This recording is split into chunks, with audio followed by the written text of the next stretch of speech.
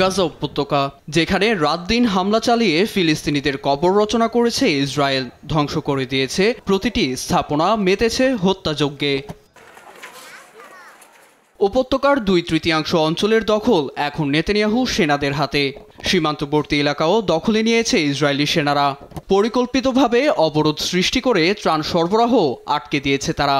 সেই সঙ্গে খাদ্যের সন্ধানে বের হওয়া ক্ষুধার্ত ফিলিস্তিনিদের উপর নির্বিচারে গুলি করে হত্যায় মেতেছে নেতানিয়াহু সেনারা।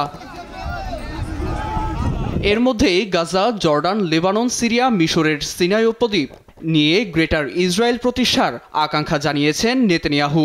ইসরায়েলের সংবাদ মাধ্যম i24কে দেয়া সাক্ষাৎকারে পরিকল্পনা নিয়ে প্রথমবার মুখ খুলেন তিনি।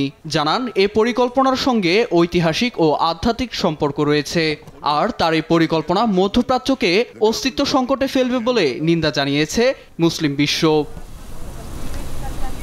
তবে এই পরিস্থিতিতে শুধু নিন্দা নয়, ইসরায়েল ও নেতানিয়াহুকে থামাতে দৃশ্যমান পদক্ষেপ প্রয়োজন। সেই লক্ষ্যে গণহত্যার দায়ে নেতানিয়াহু সহ সাবেক আইডিএফ প্রধান ইয়োভ গালেন্ট, জাতীয় নিরাপত্তা মন্ত্রী ইতেমার বেন গভির ও অর্থমন্ত্রী বেজলাল স্মট্রিকের বিরুদ্ধে আন্তর্জাতিক অপরাধ আদালতে মামলা করা হয়েছে, যা আমলে নিয়ে নেতানিয়াহু ও গালেন্টের বিরুদ্ধে গ্রেপ্তারি পরোয়ানাও জারি করা হয়। তবে এখানেও ফলাফল শূন্য, বরং ইহুদি বিদ্বেষ থেকেই তাদের বিরুদ্ধে মামলার অভিযোগ করে মার্কিন প্রশাসন।